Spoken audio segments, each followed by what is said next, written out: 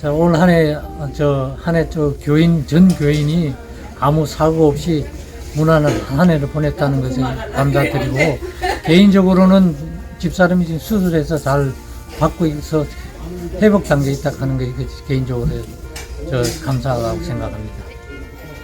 올 한 해 사고 없이 또 건강하게 지난 것 감사합니다. 참 우리 옆에 권사님이 건강하시니까 너무 감사하고요. 우리 온 교인이 또 모두 건강해서 너무 감사합니다. 그리고 이번에 우리 손녀딸이 참 아마존에 취직이 돼서 얼마나 감사한지 모릅니다. 작년 한 해도 목사님을 비롯해서 사모님 또 여러 교우님들 건강하게 하나를 보내주셔서 참 하나님께 감사드립니다. 건강 바라셔서 감사합니다. 교인들. 오늘 한 해도 저희 가정, 교회 또 모든 분들 지켜주셔서 감사합니다. 하나님께 영광 돌리고요. 오늘도 건강하세요. 파이팅! 정말 한 해를 이렇게 건강하게 보내게 주신 하나님께 먼저 감사와 찬양과 영광을 돌렸고, 우리 떨어져 있는 자녀들 또 한국에 있는 형제들 다 무사히 잘 지내게 해주신 거 다 하나님께 진심으로 감사하고, 올 한 해 감사했던 사항은 너무나 많으나 딱 한 가지를 찝으라고 하신다면 상록회 권사님 장로님 건강 지켜주셔서 감사합니다. 건강 주신 거 감사합니다. 모든 것에 감사드리고요. 친구들, 주위 분들 모두 건강하게 슬픈 소식이 없어서 감사드려요.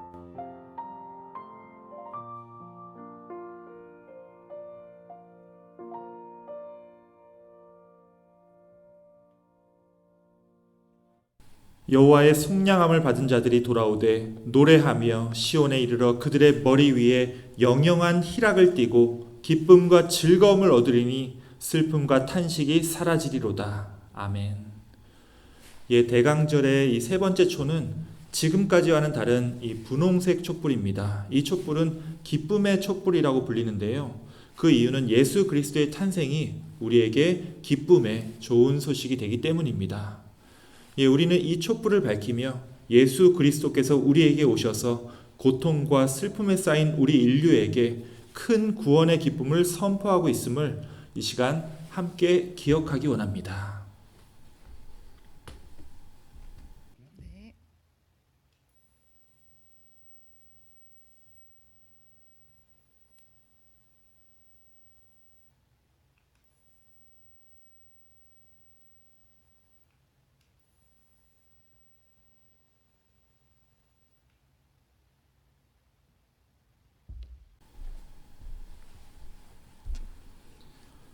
이 촛불을 주님께서 우리에게 주신 기쁨의 상징으로 밝힙니다.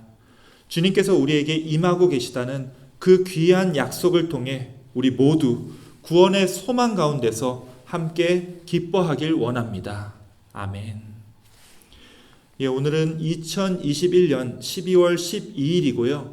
이렇게 세 개의 촛불을 밝히며 세 번째 대림절 예배를 함께 드리기 위해 이 자리에 모였습니다.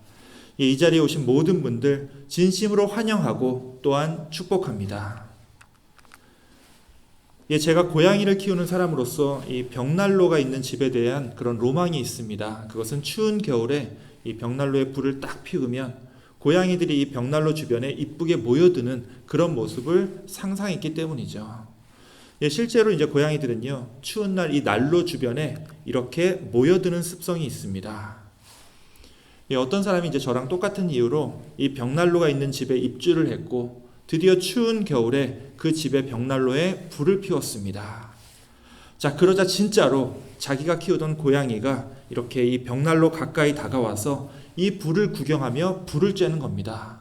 드디어 이 사람의 소원이 이루어지게 된 거죠.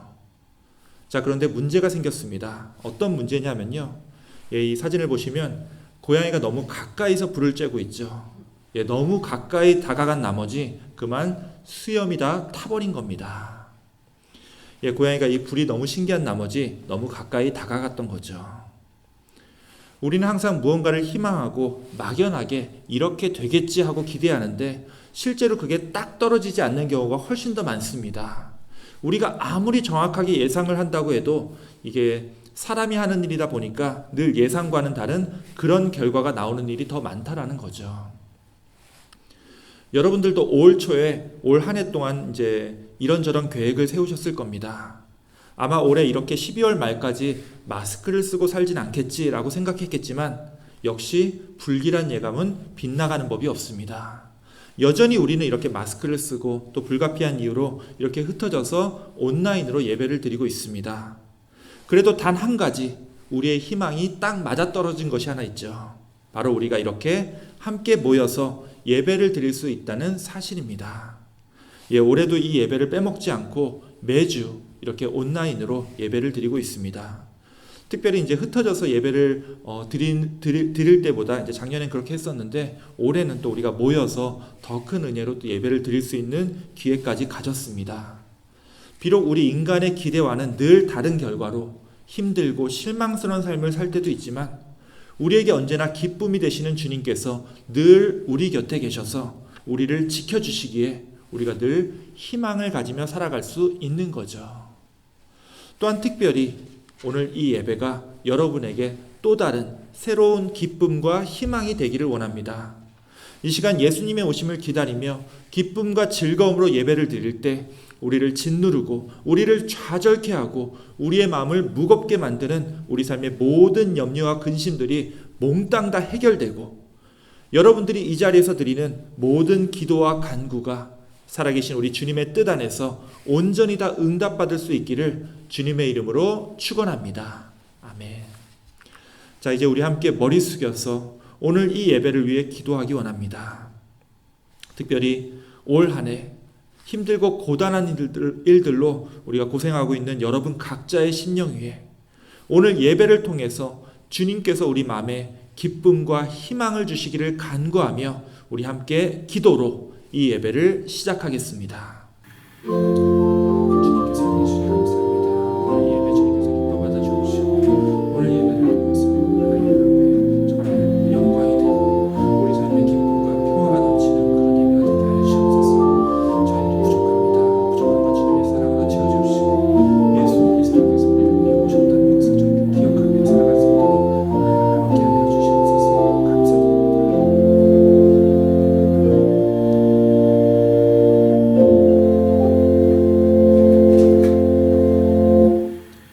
하나님 감사합니다. 또다시 힘들고 지친 한 주를 보냈습니다. 또 주일이 되었음에도 우리가 여전히 함께 모이지 못하고 각 처소에 흩어져서 이렇게 또 온라인으로 예배를 드리고 있습니다. 주님, 그럼에도 우리가 이 예배를 위해 촛불을 밝히는 것은 우리 안에 있는 우리의 심령이 주님을 기다리는 갈급한 마음과 소망을 가지고 우리가 이 예배에 참여하고 있음을 이 시간 고백합니다.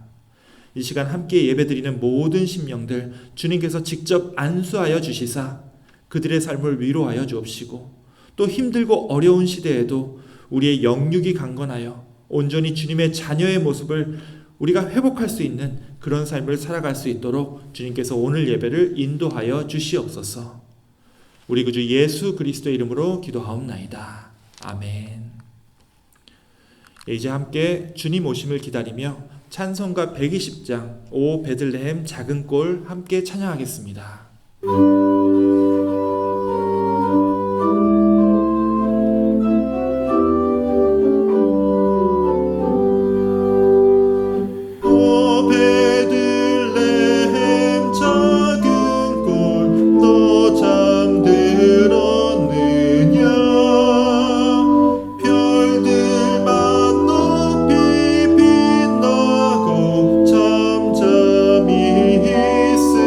있으니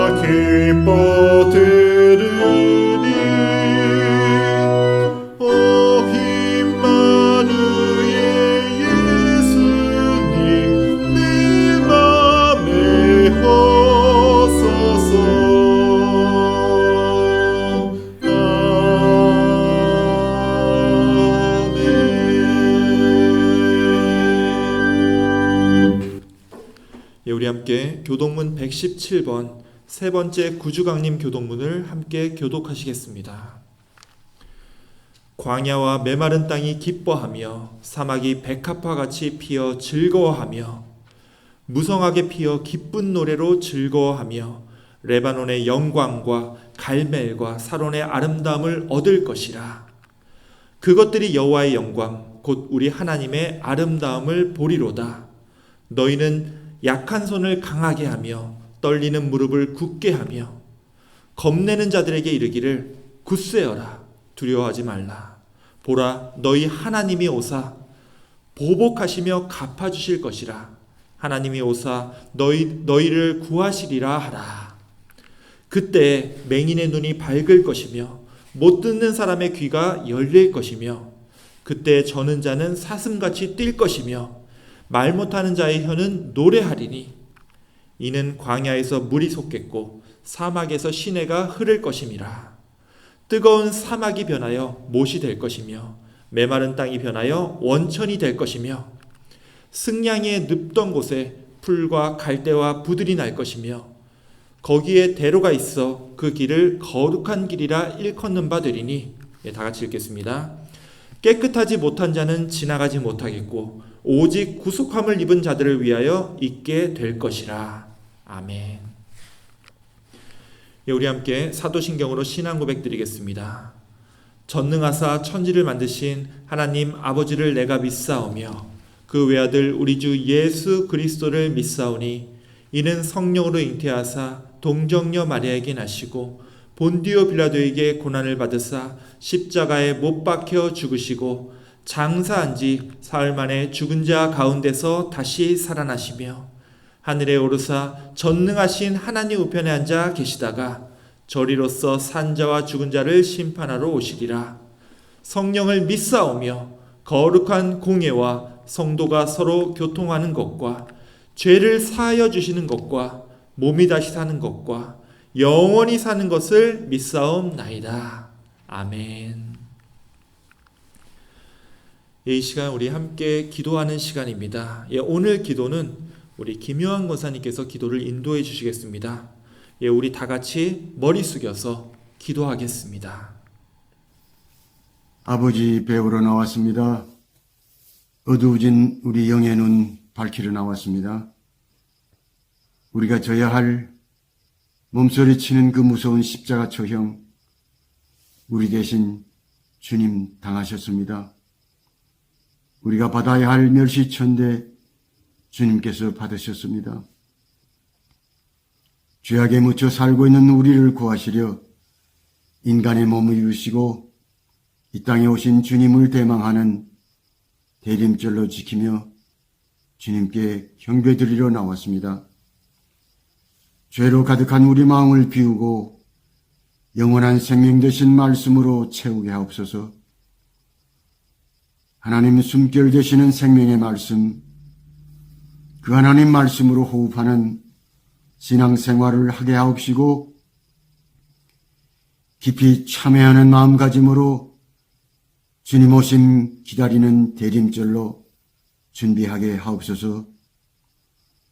온 세상에 번진 악성 질병 때문에 수많은 사람들이 목숨을 잃고 있사오니 모쪼록 속히 치료약이 개발되게 하시고 이 재앙에서 벗어나게 도와주옵소서.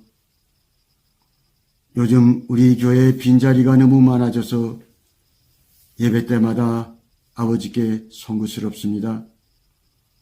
우리가 부지런히 노력해서 빈자리 채울 수 있게 도와주옵소서. 기름 부어 세우신 이상현 목사님, 박현지 사모님, 영육간에 강건하게 하셔서 약한 교회를 세우는 일에 지치지 않게 해 주옵소서.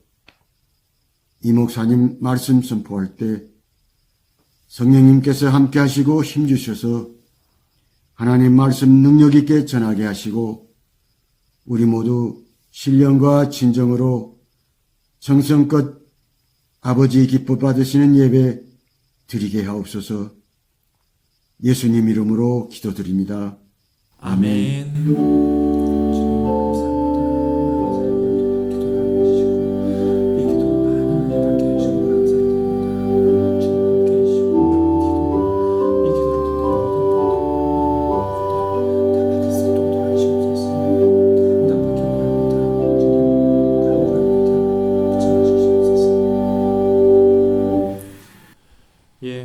또 감사합니다. 우리 권사님께서 간구하신 대로 어서 속히 주님 안에서 우리의 삶이 회복되는 그날이 오기를 함께 기도합니다.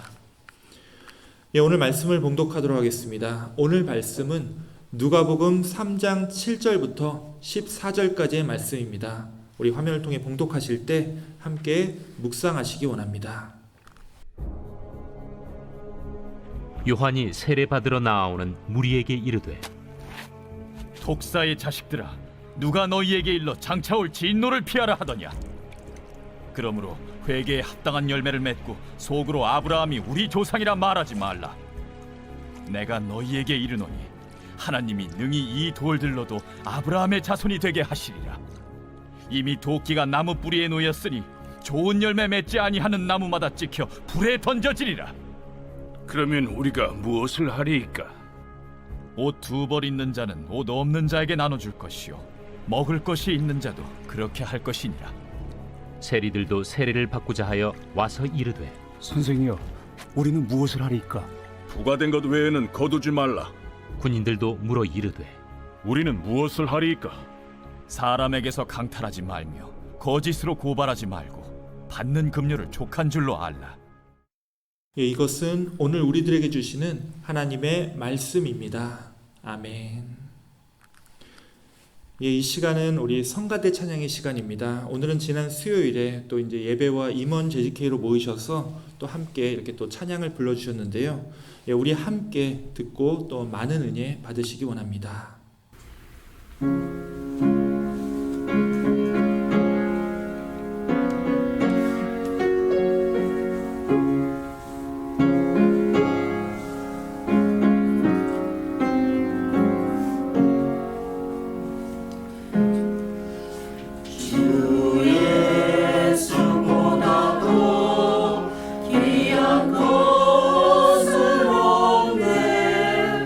이 세상 부귀와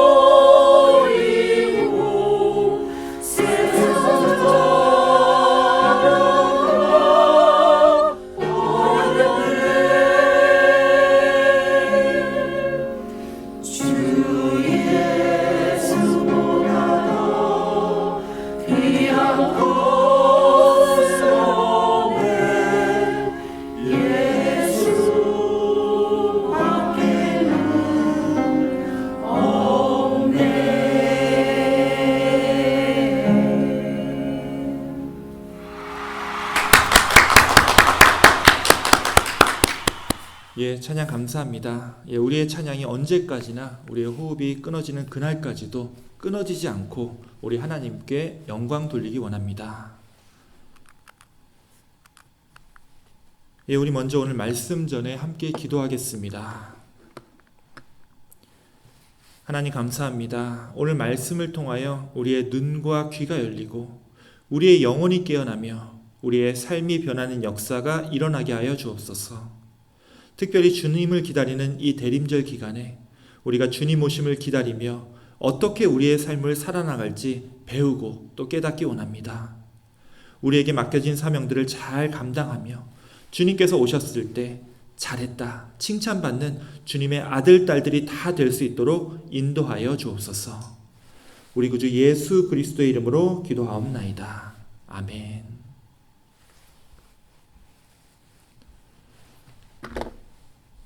예, 벌써 12월 달도 절반이 지나가고 있습니다. 예, 우리가 이제 팬데믹이 시작된 이후로 입버릇처럼 시간 정말 빠르다라고 얘기를 하고 있는데 시간이 정말 빠르긴 한 것 같습니다. 예, 여러분들은 올 한 해 어떻게 보내셨습니까? 어떻게 연초에 계획하신 대로 그 목표했던 것들을 지금까지 잘 이루고 계십니까? 자, 제가 이렇게 물어보니까 이제 조금 막막하신가요? 실제로 이제 지난주에 우리가 이제 교회에서 친교를 하고 나서 그 친교 끝나고 올 한 해 동안 감사한 일이 무엇인지 우리 사모님께서 또 다 쫓아다니면서 인터뷰를 했었는데요. 다들 이제 올해 어떻게 살았는지를 기억하는 것 자체를 무척이나 괴로워하셨습니다. 예, 그만큼 올해가 이제 정신없던 한 해였기 때문이겠죠. 자, 그런데 이것보다, 이 질문보다 대답하기 더 곤란한 질문이 있습니다. 그것은 내년 계획에 관한 겁니다. 자, 여러분들 이제 내년 2022년도인데요. 어떤 계획을 가지고 계십니까?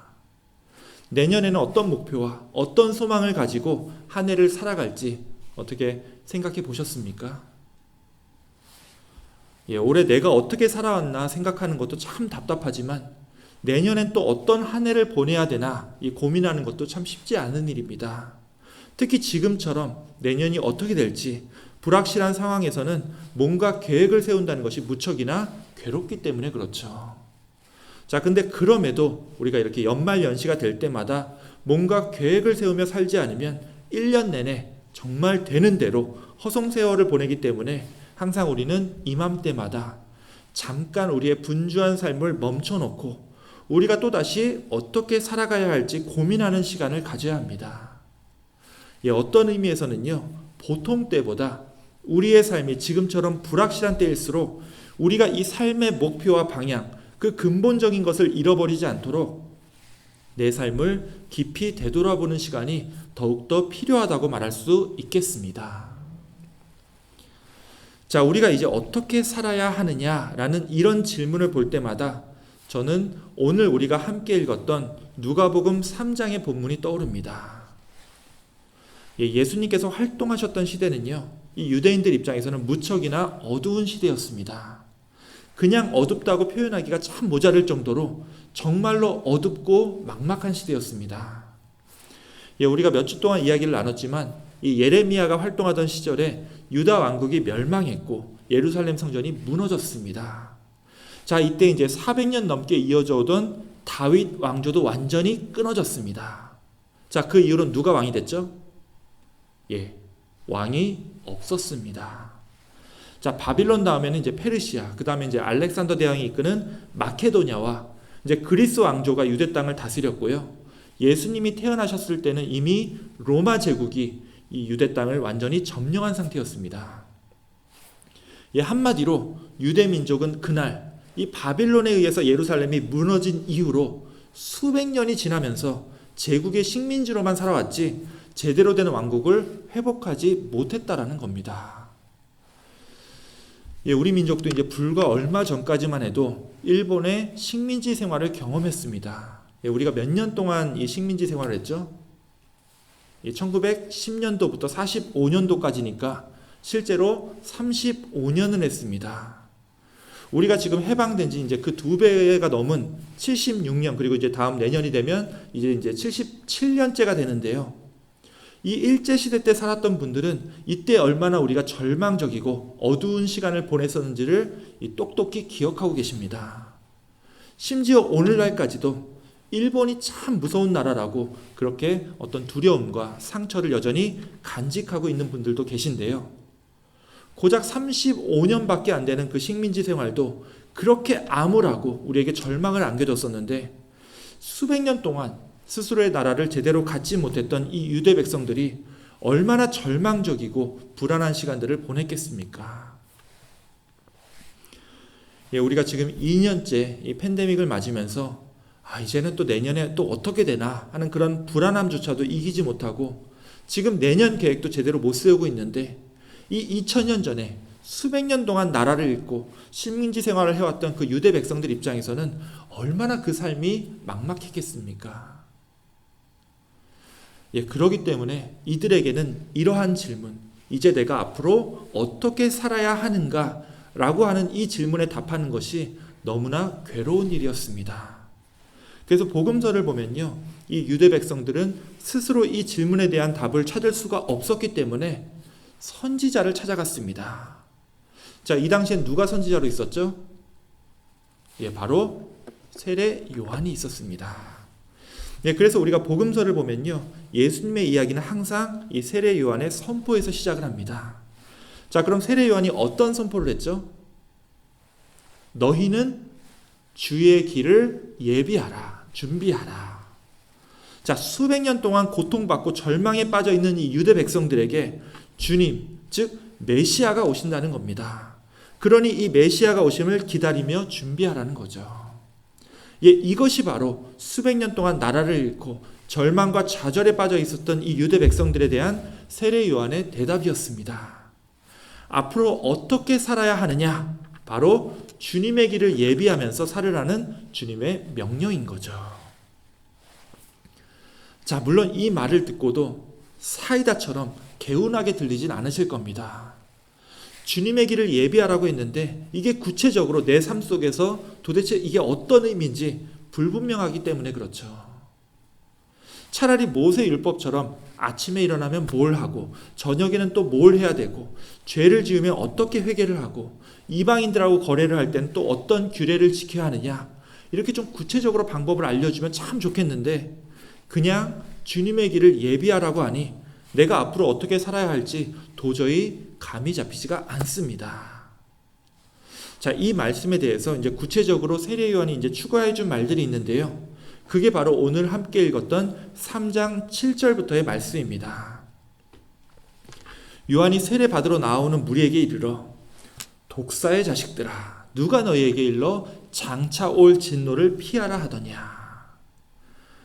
보통 우리가 이제 성경을 생각할 때 이게 이제 성경이 하나님의 말씀이고 거룩한 책이기 때문에 뭐 비속어라든지 욕 같은 것은 전혀 안 나온다고 그렇게 생각하시겠지만, 자, 이 구절만 봐도 이거 정말 심한 욕이죠. 실제로 이제 세례 요한의 말투가 이렇게 직설적이었던 것 같습니다. 아무튼 이렇게 세례 요한은 자기를 찾아 세례를 받으러 온 사람들에게 이렇게 한바탕 욕을 퍼붓고 있는데요. 자, 그 이유가 그 다음 절에 나옵니다. 그러므로 회개에 합당한 열매를 맺고 속으로 아브라함이 우리 조상이라 말하지 말라. 자, 세례 요한을 찾아왔던 무리들이 왜 욕을 먹게 된 거죠? 이 말에 완전히 거꾸로죠. 이들은 하나님의 진노와 심판이 무서워서 회개하겠노라고 그렇게 세례 요한을 찾아왔지만 이 말로만 죄를 뉘우칠 뿐 뭐가 변하지 않았죠? 삶이 변하지 않았습니다. 회개는요, 내가 입으로만 잘못했다고 용서해달라고 비는 게 아니죠. 내 삶이 변하고 내가 내 입술로 자복했던 이 회개에 합당한 열매를 맺을 때 비로소 그것이 참된 회개가 될 수 있기 때문입니다. 자, 이 사람들이 뭐가 문제였냐면요, 이들은 스스로 아브라함의 후손이라고 생각하면서 그냥 가만히 있어도 자기네들이 하나님의 백성이기 때문에 저절로 구원받을 수 있다고 그렇게 믿었던 거예요. 이 유대인들의 선민의식, 뭐 지금도 물론 유명하지만 이 세례 요한 때도 마찬가지였습니다. 자기네들은 하나님으로부터 구원받은 선민들이고, 자, 다른 사람들은 뭐라고 불렀죠? 다른 사람들을 부정한 이방인이라고 부르면서 그들을 멸시했습니다. 자, 이게 진짜로 뭐가 문제냐 하면요, 이거 2000년 전 얘기지만 지금도 이런 교만한 생각들이 그대로 반복되고 있기 때문에 그렇습니다. 자, 지금도 그렇죠. 내가 다른 사람들보다 천성적으로 우월하다고 믿고 하나님이 나를 다른 사람들보다 더 사랑한다고 믿습니다. 뭐 그것까진 좋은데 문제는 나랑 다른 사람들을 피부 색깔로, 언어로, 출신 지역으로 차별하고 그것을 너무나 당연스럽게 여기고 산다라는 거죠. 지난 20세기에 사람이 사람을 차별해서 정말 우리 인류 역사에서 씻을 수 없는 끔찍한 범죄를 저질렀던 일이 있었습니다. 1929년 이 아돌프 히틀러는요, 딱 지금 보고 계시는 이 사진에 있는 그런 연설을 할 때였는데요, 이런 얘기를 했습니다. 태어날 때 장애를 안고 태어나는 독일 어린이들은 제거되어야 마땅하다. 아시다시피 이제 히틀러는요, 독일 국민들, 특히 이제 이 게르만족이 세계에서 가장 우수하다고 믿었기 때문에 다른 인종들을 저열하고 살 가치가 없는 존재로 규정했었습니다. 그뿐만 아니라 이렇게 독일 안에서도 유전적으로 건강하지 못한 사람들을 선별해서 그 다음 세대에는 태어나지 못하도록 제거하겠다고 그렇게 말을 했는데요. 실제로 이 1933년에 이 나치당이 집권을 했습니다. 그리고 이제 히틀러가 총통이 되어서 독일 전역에 유전 보건국이라는 것을 설치해가지고 이 독일인들을 유전적으로 분류하기 시작했습니다. 자, 그러고 나서 심약자, 정신질환자, 그리고 간질 환자들을 골라내서 강제로 이제 그 불임 수술을 시켰는데요. 그 숫자가 40만 명에 달했습니다. 자, 그리고 아까 장애를 갖고 태어난 아이들을 제거하겠다고 했잖아요. 자, 실제로 했을까요? 역사에 많이 안 알려졌는데 실제로 갓 태어난 아이들 5,000명을 죽이는 것으로 시작해서 처음엔 3살 이하, 그리고 나중에는 17살 이하의 아이들 중에 장애나 정신질환이 있는 청년들로 확대를 하더니 나중에는 성인들까지 해서 20-30만 명이 이때 살해당했습니다. 뭐 그 다음 얘기는 아시죠? 유대인들을 비롯해서 이제 그 유럽에 떠돌던 집시들, 노숙자들, 동성애자들까지 합쳐가지고 이 홀로코스트 수용소 안에 가뒀고 약 1,000만 명가량이 그곳에서 죽음을 당했습니다. 자, 독일 사람들 이때도 그렇고 지금도 그렇고 우리처럼 하나님을 믿는 기독교인들이죠. 이 모든 만행들은요, 나는 하나님한테 선택받았고 다른 사람들은 배제되었기에 내가 맘대로 그들을 제거할 수 있다라고 하는 영적인 교만에서 시작되었다는 거예요. 이러한 교만과 차별은요, 수십 년 전 이 독일 나치 정권에서만 있었던 게 아니고요, 오늘날 우리가 살고 있는 이곳 미국에서도 흔하게 볼 수 있고요, 또 우리가 직접 이민자로서 겪고 있는 일들이기도 하고요. 그리고 우리 기독교인들조차도 마음 한켠에 이런 영적인 교만함을 가지고 있다는 것을 부인하기가 어렵습니다. 이건요, 나는 하나님께 선택받은 하나님의 백성이고 다른 사람들은 부정한 이방인이기 때문에 그들과는 상종도 하지 않겠다는 이 옛날 유대인들의 생각도 이것과 별반 다르지 않다라는 겁니다. 자, 세례요한이 독사의 자식들이라고 불렀던 이들이 바로 이렇게 선민사상에 가득 차서 스스로 아브라함의 후손이라 자랑하고 다른 이방인들을 멸시하던 그런 사람들이었다는 거예요. 자, 이들에 대해서 세례요한은 이렇게 굉장히 뼈아픈 말을 하죠. 속으로 아브라함이 우리 조상이라고 말하지 말라.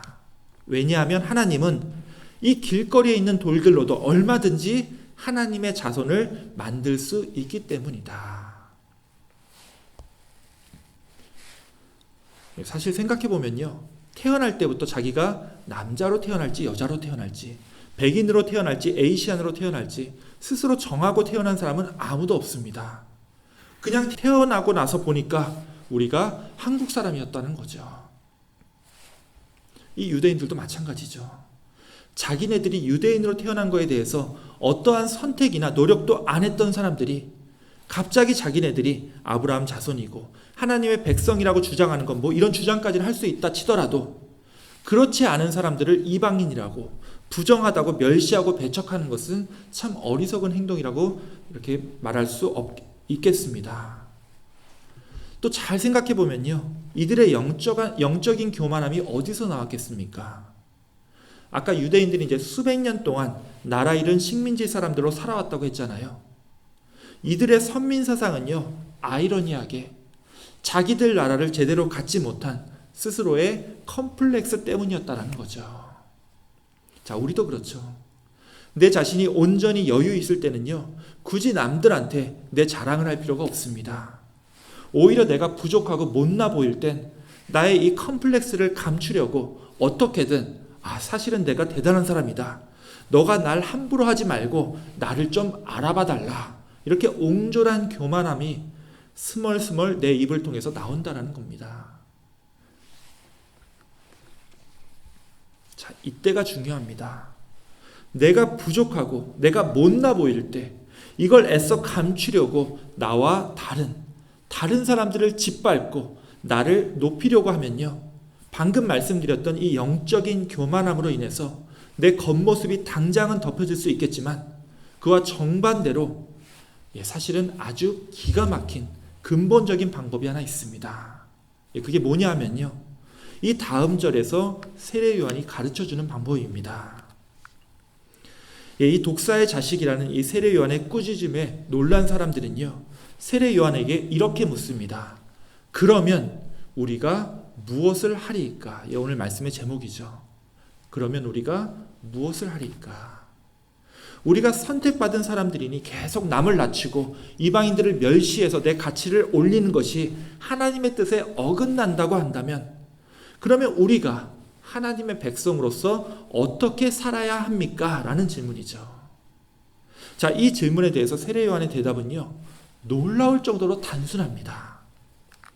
대답하여 이르되 옷 2벌 있는 자는 옷 없는 자에게 나눠줄 것이요 먹을 것이 있는 자도 그렇게 할 것이니라.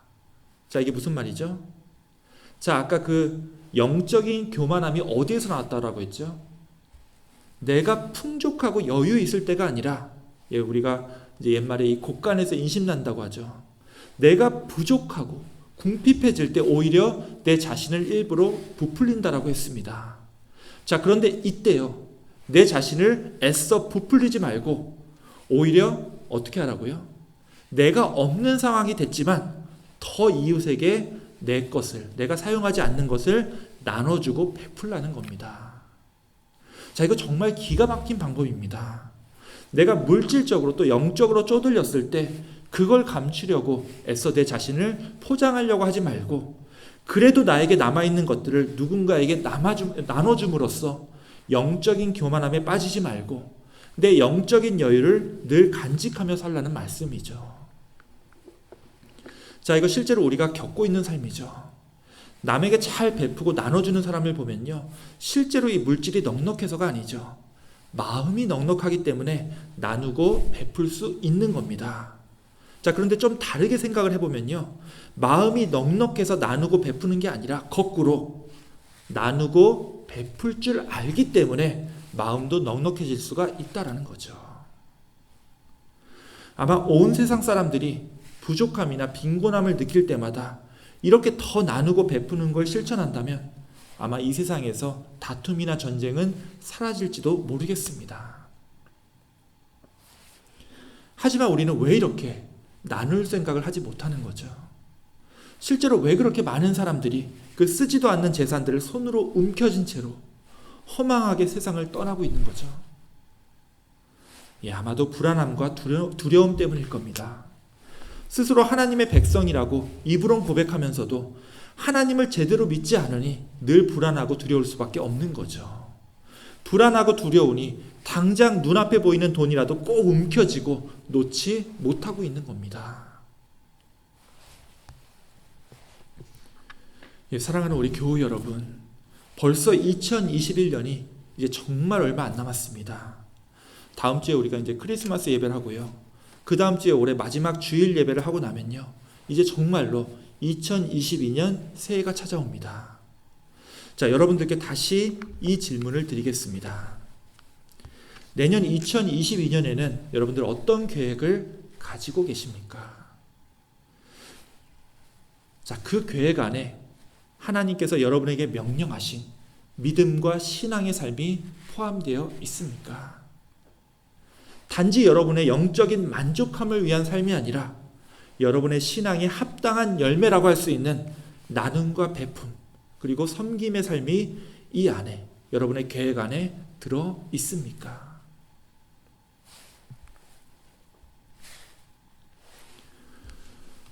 세례 요한을 찾아온 무리들 중에 좀 이질적이고 특이한 사람들이 있었습니다.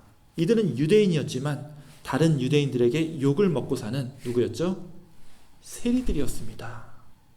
사람들은 이 세리들을 그냥 간단하게 죄인이라고 부르면서 마치 이방인들을 대하죠. 사실 이방인보다 더 못하게 이들을 경멸하고 멸시했습니다. 이유는 간단했죠. 이들이 동족인 유대인들에게 세금을 걷어서 로마 제국의 관리들에게 바쳤기 때문입니다. 우리로 치면 이제 일제시대 때 앞잡이 같은 사람들이었겠죠. 자, 이들도 세례 요한에게 다가와서 똑같이 물었습니다. 선생이요, 그렇다면 우리는 무엇을 해야 합니까? 자, 세례 요한의 대답은 항상 너무나 간단했습니다. 이르되 부과된 것 외에는 거두지 말라. 세금 걷는 특권을 이용해서 사람들에게 정해진 것보다 더 갈취하지 말라는 거죠. 또 세리들 말고요, 로마 군인들 중에서도 세례 요한을 찾아온 사람들이 있었습니다. 군인들도 물어 이르되 우리는 무엇을 하리이까 하매 세례 요한이 이르되 사람에게서 강탈하지 말며 거짓으로 고발하지 말고 받는 급료를 족한 줄로 알라. 세리에게 했던 것과 똑같은 그런 맥락의 같은 맥락의 대답이죠. 자신들의 지위와 힘을 이용해서 사람들을 괴롭히고 자신의 입속을 챙기지 말라는 명령입니다. 자, 이거 어찌 보면 당연한 명령이죠. 하나님의 말씀이 근데 이렇습니다. 우리가 살면서 마땅히 지켜야 할 것을 지키며 사는 것이 하나님의 계명이라는 거예요. 사람들에게 멸시받는 세리라고 해서 당장 그 세리 일을 그만두라고 명령한 게 아니죠. 로마 제국을 위해서 일하는 군인이라고 해서 당장 군복 벗고 유대인들을 위해서 로마 제국과 싸우라고 명령하지도 않았습니다. 오직 지금 일하고 있는 그 자리에서 할 수 있는 것을 하고 지킬 것을 지키며 살아야 한다라고 하는 명령인 거죠. 자, 이건요, 여러분이 곧 맞이하는 2022년 한 해도 마찬가지라는 겁니다. 여러분이 지금까지 여러분의 삶 속에서 제대로 지키지 못하며 살아왔던 것들, 특히 여러분의 힘과 지위를 이용해서 다른 사람들에게 손해를 끼치면서까지 여러분이 꽉 쥐고 챙겨왔던 것들이 있다면 이제는 여러분의 손을 펴서 그것들을 내려놓으셔야 합니다. 자, 거기에 더해서 여러분의 그 펴신 손들을요, 여러분의 이웃들을 위해서 뻗으며 나누고 베푸는 삶을 살기를 원합니다. 물론 이 손에 있는 것이요, 내 것이기 때문에 남주기 아깝다는 생각이 들 수밖에 없습니다. 하지만 우리가 주님을 구주로 고백하며 간절히 기다리는 우리 주님께서 우리를 위해 그 두 손뿐만이 아니라 그분의 모든 것을, 그 생명까지도 우리에게 다 내어주셨다는 것을 우리가 알고 있기에 우리도 그리스도를 따라서 우리의 것을 나누고 베풀어 줄 수 있다라는 거죠. 내년 2022년 정말 곧 다가옵니다. 여러분의 나눔과 베품, 그리고 섬김의 삶을 통해서 여러분이 참 그리스도인으로서 합당한 열매를 맺어나가며 우리 함께 하나님 나라를 기다리고 예비하는 주님의 귀한 제자로서의 삶을 살아가시기를 우리 구주 예수 그리스도의 이름으로 간절히 축원합니다. 아멘. 기도하겠습니다. 하나님 감사합니다. 참 빠르게 흘러가는 이 시간들 속에서 이 분주한 시간 속에 매몰되지 않고 잠깐 멈춰서서 우리의 믿음과 우리의 삶을 되돌아보고 곧 다가올 내년들, 잠깐이나마 준비하고 예배하게 하여 주신 것 감사를 드립니다. 저희들 바라옵기는 주님의 길을 예배함에 있어서 우리가 마땅히 사랑할 우리의 가족과 이웃들을 향해서 나눔과 섬김 그리고 베품의 삶을 실천하며 살아가게 하여 주시옵소서. 이 바쁜 연말 연시에도 주님이 우리를 지켜주시고 또 우리를 늘 돌봐주심을 믿사오며 우리 구주 예수 그리스도의 이름으로 기도하옵나이다. 아멘. 이 시간은 오늘 말씀을 기억하며 함께 찬양하는 시간입니다. 다 함께 찬송가 331장 찬양하면서 주님의 말씀을 지키기로 다짐하는 시간을 갖겠습니다.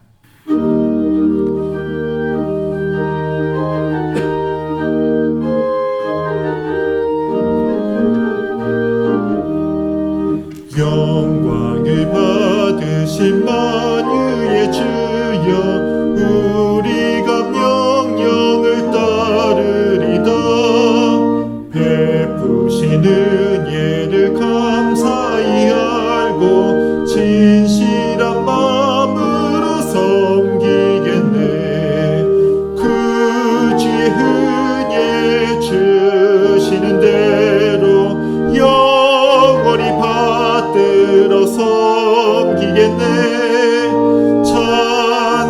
찬송하겠네 찬송하겠네. 생명을 주시는 그 주로다. 그 주를 높이고 잘 공경하여 온유한 마음으로 섬기리라. 주 예수 안에서 즐거워하며 충성을 다하여 섬기겠네. 그 주의 은혜 주시는 대로 영원히 받들어 섬기겠네. 찬송하겠네 찬송하겠네. 생명을 주시는 그 주로다. 예수를 믿고서 늘 사랑하여 참 기쁜 마음으로 섬기리다. 온 마음을 드리고 늘 순종하며 그 주를 영원히 섬기겠네. 그 주의 은혜 주시는 대로 영원히 받들어 섬기겠네.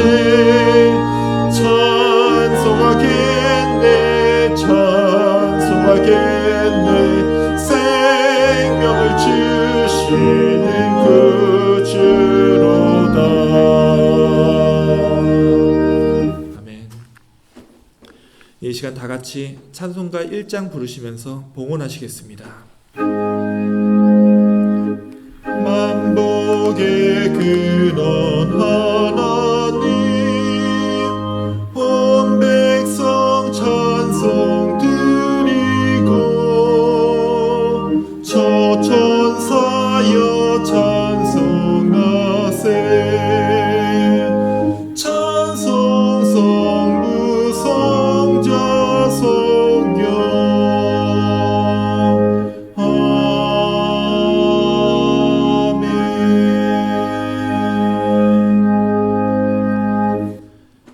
만복의 근원이 되신 하나님 감사를 드립니다.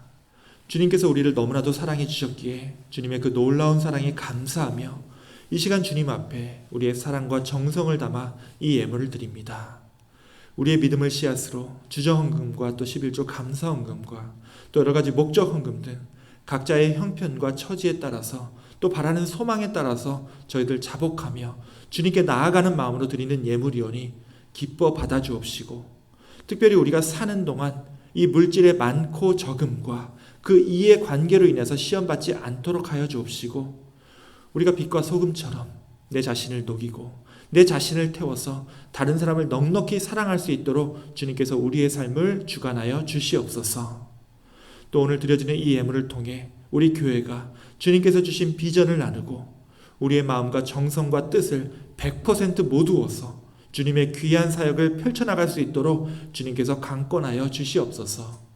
우리 구주 예수 그리스도의 이름으로 기도하옵나이다. 아멘.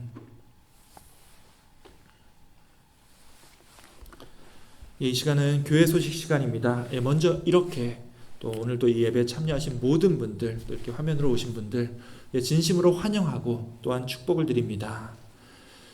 지난 수요일에 올해 이제 마지막 수요 예배와 또 임원 재직회의가 있었습니다. 그 자리에 오셔서 이제 또 함께 예배드리고 또 회의도 하고 또 오늘 예배를 위해서 또 찬양까지 준비해 주신 모든 분들께 감사를 드리고요. 그날 회의에 오신 분들이 이제 우리가 이제는 좀 더 많은 사역과 모임을 좀 열심히 해야 될 것 같다라고 그 말씀에 이제 공감했습니다. 그래서 이번 달 수요일은요, 모두 모임이 있습니다. 이제 매달 두 번째 수요일만 이제 수요예배 가졌었는데요. 지금부터 이제 계속 수요일 날 모임이 있습니다. 자, 시간 순으로 얘기를 하면 이렇습니다. 자, 이게 이제 이번 달 12월 달 달력이고요. 오늘이 며칠이죠? 오늘이 12월 12일입니다. 그래서 이번 주 수요일은요, 모이는 시간이 헛갈리지 않게 전부 다 우리 수요 예배 시간인 저녁 7시 반에 모임을 갖습니다. 그래서 이번 주 수요일은요, 저녁 7시 반에 교육관에서 모여서 우리가 함께 그 크리스마스와 관련된 성경 공부를 합니다. 그리고 그 다음 주일인 이제 19일에는 성탄절 주일 예배가 있고요. 그리고 우리가 이제 크리스마스 이브 행사는 따로 없지만 성탄절을 앞둔 그 주 수요일인 22일이죠. 이때 여기 본당에서 만나가지고 캐롤 나잇을 갖겠습니다. 이날은 우리가 크리스마스 캐롤을 정말 마음껏 부르는 날입니다. 우리가 어렸을 때부터 불러왔고 또 이제 그동안 오랫동안 안 불러왔던 캐롤들을요, 이날 몰아가지고 함께 신나게 다 부를 예정입니다. 그리고 그 주일인 26일은 올해 마지막 주일 예배가 있고요. 그 주 수요일인 29일이 이제 이번 달 행사의 하이라이트가 될 텐데요. 현재 이제 팬데믹 이후에 유럽과 이제 미국의 모든 그 성악 경연대회를 휩쓸고 계시는 테너 백석정 선생님께서 이날 정말 이 월드 클래스의 음악을 들려주실 텐데요. 그래서 29일 이곳에서 저녁 7시 반에 그 음악회를 합니다. 그리고 이제 이게 끝이 아니죠. 올해 마지막 행사가 하나 남았습니다. 올해 마지막 날인 31일, 이것도 이제 시간이 똑같습니다. 저녁 7시 반에 우리가 송구 영신 예배를 함께 드리면서 올 한 해를 마무리하겠습니다. 굉장히 뭐가 많죠. 일단 매주씩 광고를 계속 이렇게 드리겠습니다. 다만 이제 이번 주 수요일은 나의 크리스마스라는 주제로 이제 교육관에서 성경 공부 형식으로 이제 모일 테니까요. 많은 참여를 부탁드립니다. 여러분 기억 속에 있는 크리스마스에 대한 이야기를 우리 함께 나누고 크리스마스가 정말 어떤 날인지 우리 다시 한번 되새기고 배우는 그런 귀한 시간을 갖도록 하겠습니다. 그리고 이제 지금 우리 교육관 건물을 한참 리노베이션 하는 과정 중에 있습니다.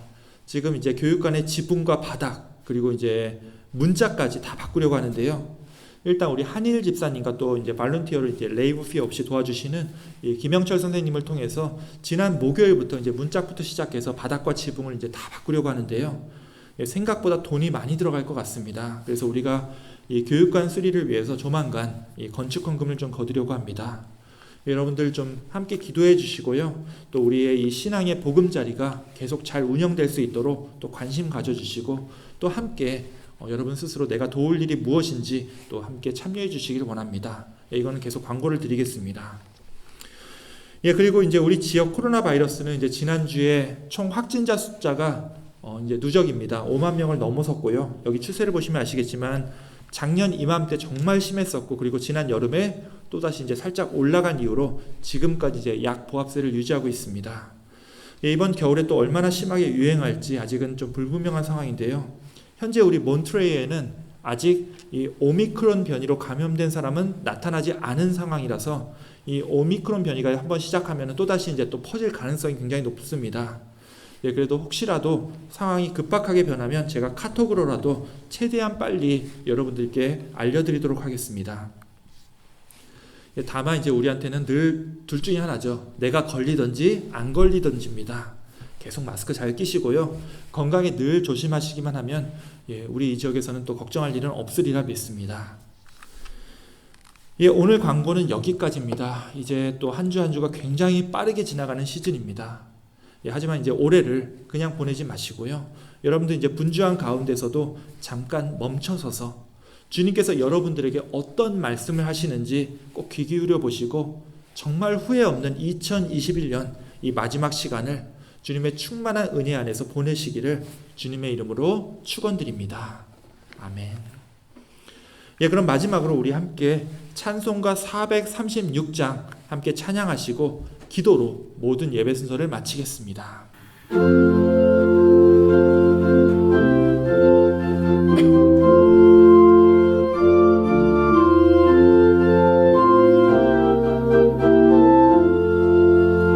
나 이제 주님의 새 생명 얻은 몸 옛것은 지나고 새 사람이로다 그 생명 내 맘에 강같이 흐르고 그 사랑 내게서 해같이 빛난다 영생을 누리며 주 안에 살리라 오늘도 내일도 주 함께 살리라 주 안에 감추인 새 생명 얻으니 이전에 줬던 것 이제는 값없다 하늘의 은혜와 평화를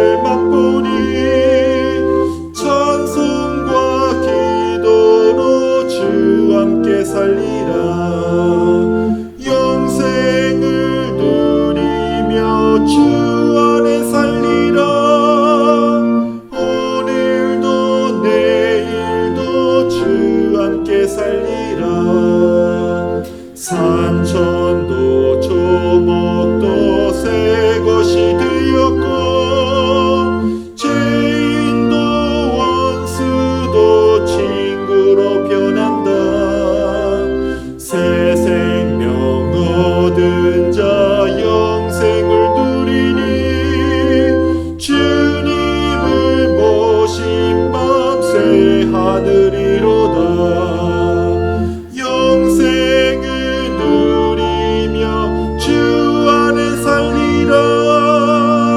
오늘도 내일도 주 함께 살리라 주 따라가는 길 험하고 멀어도 찬송을 부르며 뒤따라가리라 나 주를 모시고 영원히 살리라 날마다 섬기며 주 함께 살리라 영생을 누리며 주 안에 살리라 오늘도 내일도 주 함께 살리라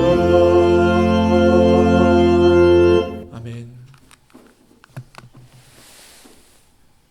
이제는 우리 구주 예수 그리스도의 은혜와 아버지 하나님의 사랑과 주님의 말씀을 지키며 주님을 기다리는 그 기쁨과 즐거움을 깨닫게 하여 주시는 성령 하나님의 교통 역사하심이 올해 남은 한 해 또 내년을 바라보며 우리를 지금까지 돌봐주시고 또 인도하여 주신 주님을 늘 믿고 따라가기를 함께 결단해 나아가는 우리 사랑하는 가나안교회 모든 성도들 머리 위에 또 이 예배를 온라인으로 함께하고 있는 모든 주님의 사랑하는 자녀들 위해 영원토록 함께 있을지어다. 아멘.